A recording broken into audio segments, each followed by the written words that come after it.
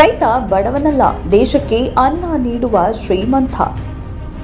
ವಿಜ್ಞಾನ ತಂತ್ರಜ್ಞಾನ ಎಷ್ಟೇ ಬೆಳೆದರೂ ರೈತರು ಕೃಷಿ ಚಟುವಟಿಕೆಗಳನ್ನು ಸ್ಥಗಿತಗೊಳಿಸಿದರೆ ಇಡೀ ವಿಶ್ವವೇ ಹಸಿವಿನ ಆಕ್ರಂದದಲ್ಲಿ ಮುಳುಗಬೇಕಾಗತ್ತೆ.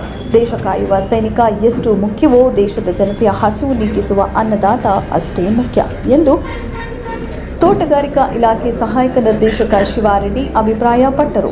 ಪಟ್ಟಣದ ಕೃಷಿ ಸಮಾಜ ಕಚೇರಿಯಲ್ಲಿ ಕೃಷಿ ಇಲಾಖೆ ಮತ್ತು ತೋಟಗಾರಿಕೆ ಇಲಾಖೆಯ ಸಹಯೋಗದಲ್ಲಿ ಮಾಜಿ ಪ್ರಧಾನಿ ಚೌಧರಿ ಚರಣ್ ಸಿಂಗ್ ಅವರ ಜನ್ಮದಿನ ಪ್ರಯುಕ್ತ ಆಯೋಜಿಸಲಾಗಿದ್ದ ರೈತ ದಿನಾಚರಣೆ ಕಾರ್ಯಕ್ರಮವನ್ನು ಉದ್ಘಾಟಿಸಿ ಮಾತನಾಡಿದ ಅವರು, ರೈತರು ಭಾರತದ ಆರ್ಥಿಕತೆಯ ಬೆನ್ನೆಲುಬು ಮತ್ತು ಗ್ರಾಮೀಣ ಸಮೃದ್ಧಿಗೆ ಗಮನಾರ್ಹ ಕೊಡುಗೆ ನೀಡುವವರಾಗಿದ್ದಾರೆ. ರೈತ ಸಮುದಾಯ ಸಾಂಪ್ರದಾಯಿಕ ಕೃಷಿ ಪದ್ಧತಿಯನ್ನ ಬದಿಗಿಟ್ಟು ವೈಜ್ಞಾನಿಕ ಮತ್ತು ತಂತ್ರಜ್ಞಾನ ಆಧಾರಿತ ಕೃಷಿ ಚಟುವಟಿಕೆಗಳು ಅಳವಡಿಸಿಕೊಳ್ಳಬೇಕು. ಆಗ ಉತ್ಪಾದನೆ ಹೆಚ್ಚಾಗಿ ಆದಾಯ ದ್ವಿಗುಣವಾಗುತ್ತೆ ಎಂದರು. ನಂತರ ಕೃಷಿ ಅಧಿಕಾರಿ ಪ್ರತಿಭಾ ಮಾತನಾಡಿ, ದೇಶದಲ್ಲೂ 60% ಜನರು ರೈತಾಪಿ ವರ್ಗದವರಾಗಿದ್ದು ದೇಶದ ಆರ್ಥಿಕತೆಗೆ ಬಹುಪಾಲು ಕೊಡುಗೆಯನ್ನ ನೀಡುತ್ತಿದ್ದಾರೆ. ವಿಪರ್ಯಾಸ, ಇಂದಿನ ದಿನಗಳಲ್ಲಿ ರೈತ ಎಂದಾಕ್ಷಣ ಪ್ರತಿಯೊಬ್ಬರ ಪರಿಕಲ್ಪನೆಗೆ ಬರುವುದು ಬಡಕಲ ದೇಹ, ಹರಿದ ಅಂಗಿ, ಕಡು ಬಡತನ ಎಂದು ಚಿತ್ರಿಸಲಾಗುತ್ತಿದೆ. ವಾಸ್ತವಿಕವಾಗಿ ರೈತರು ಬಡವರಾಗಿದ್ದರೂ ಇಡೀ ದೇಶಕ್ಕೆ ಅನ್ನ ನೀಡುವ ಶ್ರೀಮಂತ ವರ್ಗದವರಾಗಿದ್ದಾರೆ. ಇಂದಿನ ಯುವ ಸಮುದಾಯ ರೈತರು ಎಂಬ ಸಂಕುಚಿತ ಮನೋಭಾವನೆಯನ್ನ ಬಿಟ್ಟು ಆಧುನಿಕ ತಂತ್ರಜ್ಞಾನಗಳನ್ನು ಬಳಕೆ ಮಾಡಿಕೊಳ್ಳುವುದರ ಮೂಲಕ ಕೃಷಿ ಚಟುವಟಿಕೆಗಳಲ್ಲಿ ಕಾರ್ಯಪ್ರವೃತ್ತರಾಗಬೇಕು ಎಂದರು. ರಾಷ್ಟ್ರೀಯ ರೈತ ಚೌಧರಿ ಚರಣ್ ಸಿಂಗ್ ಅವರ ಸ್ಮರಣಾರ್ಥ ರೈತ ದಿನಾಚರಣೆಯನ್ನು ಇಲಾಖೆ ಸಹಿತ ಕೃಷಿ ಇಲಾಖೆ, ತೋಟಗಾರಿಕೆ ಇಲಾಖೆ, ಕೃಷಿ ಸಮಾಜ ಜೊತೆ ನೇತೃತ್ವದಲ್ಲಿ ಏರ್ಪಡಿಸಿದ್ದಾರೆ. ಮೂಲ ಉದ್ದೇಶ ರೈತರ ಮತ್ತು ಇಲಾಖೆಗಳ ಒಡನಾಟ, ರೈತರಿಗೆ ಯಾವ ರೀತಿ ನಾವು ತಾಂತ್ರಿಕತೆ ಏನು ಸಮಸ್ಯೆ ಇದೆ ಅಂತ ಅರ್ಥ ಮಾಡಿಕೊಂಡು ಮೂಲಭೂತವಾಗಿ ಸೌಕರ್ಯ ಒದಗಿಸೋದ್ರಿಂದ ಅವರ ಸಮಸ್ಯೆ ಜೊತೆಗೆ ಅವರ ಸಾರ್ವಜನಿಕ ಅಭಿವೃದ್ಧಿಗೆ ಶ್ರಮಿಸಬೇಕು. ರೈತನ ಉತ್ಸಾಹ ಮಾತ್ರ ದೇಶ ಅಭಿವೃದ್ಧಿಯಾಗಿ ಸಾಧ್ಯ ಆಗುತ್ತೆ. ಈ ಹಿನ್ನೆಲೆಯಲ್ಲಿ ಕಾರ್ಯಕ್ರಮ ರೂಪಿಸೋದಕ್ಕೆ ಹೇಳೋದು ರೈತರ ಸಮಸ್ಯೆ ಅದು ಸ್ಪಂದಿಸೋ ರೀತಿ ಹಾಗೂ ಏನಿದೆ ಫೀಡ್ಬ್ಯಾಕ್ ತಗೊಳ್ಳೋದು ಕಾರ್ಯಕ್ರಮವನ್ನು ಇದು ಮಾಡ್ತೇವೆ. ರೈತರು ಹೆಚ್ಚು ತಾಂತ್ರಿಕತೆ ಅಳವಡಿಸಿಕೊಂಡು ಲಾಭದಾಯಕವಾಗಿ ಮಾಡಿಕೊಂಡಾಗ ಮಾತ್ರ ಕೃಷಿ ಕ್ಷೇತ್ರ ಅಭಿವೃದ್ಧಿ ಸುಶಿಕ್ಷಿತವಾಗಿ ಸಾಧ್ಯ ಆಗುತ್ತೆ. ಒಂದೇ ಕೃಷಿ ಸಾವಯವನ ಜೊತೆಗೆ ಪರಿಸರಕ್ಕೆ ಇದನ್ನು ಇಲಾಖೆ ಅಥವಾ ಅಸಮತೋಲನ ಆದಾಗ ಇಳುವರಿಯನ್ನು ಕಡಿಮೆ ಆಗುತ್ತೆ, ರೈತರಿಗೂ ಆರ್ಥಿಕ ನಷ್ಟ ಆಗುತ್ತೆ. ಅದು ತಪ್ಪಿಸೋ ದೃಷ್ಟಿಯಿಂದ ಸಹಭಾಗಿತ್ವದಲ್ಲಿ ರೈತ ಮತ್ತು ಇಲಾಖೆ ಎರಡೂ ಜಂಟಿಯಾಗಿ ನಡೆದರೆ ಮಾತ್ರ ಆರ್ಥಿಕವಾಗಿ ಸಾಧ್ಯವಾಗುತ್ತೆ ಅಂತ ಈ ಸಂದರ್ಭ ಹೇಳ್ತಾ ಎಲ್ಲರಿಗೂ ರೈತ ದಿನಾಚರಣೆ ಶುಭಾಶಯಗಳು ಮತ್ತೊಮ್ಮೆ ಮಾಡ್ತೀವಿ. ಬೆಳೆ ಬೆಳೆಯೋದಕ್ಕಿಂತ ಮುಖ್ಯವಾಗಿ ನಾವು ಒಂದು ಸ್ಟ್ಯಾಂಡ್ ಮೇಲೆ ಅದರ ಇದು ಏನು ಕೊಡ್ತೀವಿ, ವಿಶೇಷವಾದ ಲವಣಾಂಶಗಳು ಮಿಶ್ರಣಗಳು ಕೊಟ್ಟು ಅದರಲ್ಲೇ ಬೆಳೆ ಬೆಳೆದು ಒಂದು ಬೆಳೆ ಬೆಳೀತಾ ಇದ್ದೀವಿ. ಈಗಾಗಲೇ ನಾವು ನೆಲನ ಅತಿಸಾರ ಮಾಡಿ ಕೆಡಿಸ್ಕೊಳ್ಳೋ ಪರಿಸ್ಥಿತಿಗೆ ನಾವು ಕಾರಣರಾಗ್ತಾ ಇದ್ದೀವಿ.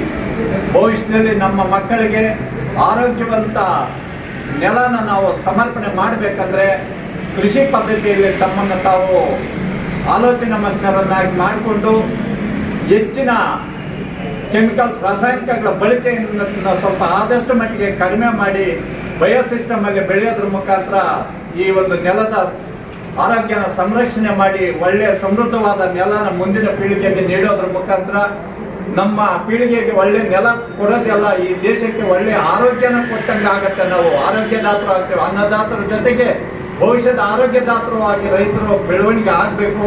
ಆ ನಿಟ್ಟಿನಲ್ಲಿ ತಾವು ಯೋಚಿತರಾಗಬೇಕು.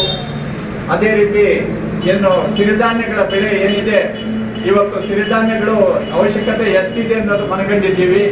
ನಾವು ಯಾವುದನ್ನು ತ್ಯಜಿಸಿ ನಾವು ಬೇರೆ ಕಡೆ ಹೊರಟಿದ್ದೀವೋ ಅದನ್ನೆಲ್ಲ ಬಿಟ್ಟು ಮತ್ತೆ ಹಳೆ ಪದ್ಧತಿ ಕಡೆ, ಸಿರಿಧಾನ್ಯಗಳ ಕಡೆ ಗಮನ ಹರಿಸೋ ರೀತಿಯಲ್ಲಿ ಪರಿಸ್ಥಿತಿ ನಮ್ಮನ್ನು ತಳ್ಕೊಂಡು ಬರ್ತಾ ಇದೆ. ಪರಿಸ್ಥಿತಿ ತಳ್ಕೊಂಡು ಬರೋದಕ್ಕೆ ನಮ್ಮ ಆಲೋಚನೆ ಕೂಡ ಅದೇ ರೀತಿ ದಾಟಿಯಲ್ಲಿದ್ದು ನಮ್ಮ ಆರೋಗ್ಯ ಚೆನ್ನಾಗಿರೋ ನಿಟ್ಟಿನಲ್ಲಿ ನಾವು ಸರಿತೂಗಿಸ್ಕೊಂಡು ನೆಲ ಬೆಳೆಗಳನ್ನು ಸಮಾನವಾಗಿ ಬೆಳ್ಕೊಂಡು ಕಡಿಮೆ ನೀರಿನ ಖರ್ಚು ಮಾಡೋದ್ರ ಮುಖಾಂತರ ನೆಲದಲ್ಲಿ ತೇವಾಂಶನ ಹಂಗೆ ಉಳಿಸ್ಕೊಂಡು ಡ್ರಿಪ್ ಸಿಸ್ಟಮ್ ಮೊದಲು ಡ್ರಿಪ್ ಸಿಸ್ಟಮ್ ಬಂದಾಗ ನಾವು ಇದಕ್ಕೆ ಅಳವಡಿಕೆ ಆಗ್ತೀವ ಅನ್ನೋ ಯೋಚನೆ ಇರ್ತೀವಿ. ಇವತ್ತು ಡ್ರಿಪ್ ಇಲ್ಲ ಅಂದ್ರೆ ನಾವು ವ್ಯವಸಾಯಗಾರರೇ ಅಲ್ಲ. ಎಲ್ಲ ಕಾರ್ಯಕ್ಕೂ ಸರ್ಕಾರದ ಒಂದು ಪ್ರೋತ್ಸಾಹದಾಯಕವಾದ ವ್ಯವಸ್ಥೆ ಇದೆ. ನಮ್ಮ ಅದೃಷ್ಟಕ್ಕೆ ಆಶಾದಾಯಕವಾದ ಯೋಜನೆಗಳ ಮಟ್ಟವಾದ ಸರ್ಕಾರಗಳು ನಮಗೆ ಪ್ರೋತ್ಸಾಹದಾಯಕವಾದ ಕಾರ್ಯಕ್ರಮಗಳನ್ನು ಕೊಡ್ತಾ ಇದೆ. ಸ್ಪೋರ್ಟಿವ್ ಆದ ಅಧಿಕಾರಿಗಳು ನಮ್ಮ ಅದೃಷ್ಟಕ್ಕೆ ನಮ್ಮಲ್ಲಿದ್ದಾರೆ. ಅವರ ಮುಖಾಂತರ ಅವರು ಸರ್ವಸ್ವವನ್ನು ತಮ್ಮ ಇದು ಒಂದು ವೃತ್ತಿ ಅಂತ ಭಾವಿಸ್ಕೊಳ್ದೆ ನಮ್ಮ ಕರ್ತವ್ಯ ಅಂತ ಭಾವಿಸಿ ರೈತರ ಏಳಿಗೆಗಾಗಿ ಶ್ರಮಿಸ್ತಾ ಇದ್ದಾರೆ. ಅವರಿಗೆ ನಿಮ್ಮೆಲ್ಲರ ಪರವಾಗಿ ಈ ಸಂದರ್ಭದಲ್ಲಿ ಧನ್ಯವಾದಗಳನ್ನು ತಿಳಿಸ್ತೀನಿ.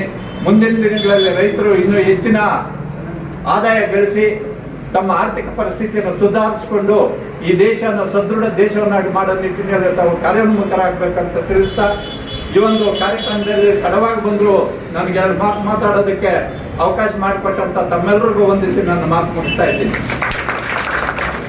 ನಾವೆಲ್ಲ ಇವಾಗ ಬರೀ ಔಷಧ ಇಂತಕ್ಕಂಥ ಆಹಾರ ಸೇವನೆ ಮಾಡ್ತೀವಿ, ಅದನ್ನೆಲ್ಲ ತ್ಯಜಿಸಿ ಮತ್ತೆ ನಾವು ಮಿಲ್ಲೆಟ್ಸ್ ಸಿರಿಧಾನ್ಯಗಳ ಕಡೆಗೆ ಬರಬೇಕಂತ ಹೇಳ್ಬಿಟ್ಟು ಈ ನಿಟ್ಟಿನಲ್ಲಿ ಸಿರಿಧಾನ್ಯಗಳಿಗೆ ಹೆಚ್ಚಿನ ಪ್ರೋತ್ಸಾಹ ಕೊಡೋದಕ್ಕೆ ನಾವು ಮುಂದಿನ ತಿಂಗಳು ಕೋಲಾರದಲ್ಲಿ ನಾವು ಸಿರಿಧಾನ್ಯ ಮೇಳನೆ ಆಯೋಜನೆ ಮಾಡ್ತಾ ಇದ್ದೀವಿ.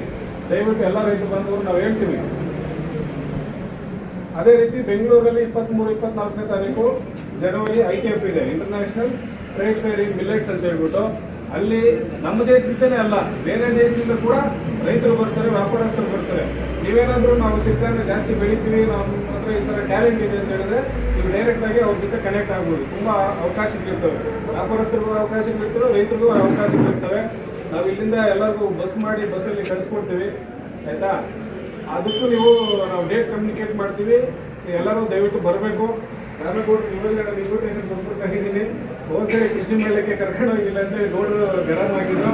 ಹಾಗಾಗಿ ನಿಮ್ಮ ಪ್ರತಿನಿಧಿಗಳು ಎಷ್ಟು ಜನ ಕಳಿಸಿ ಅವರು ಒಂದು ಅನುಕೂಲ ಪಟ್ಟು ಈ ಮಳೆಯಿಂದ ಅನುಕೂಲ ಪಟ್ಟು ಹೇಳ್ತಾ ಕಾರ್ಯಕ್ರಮ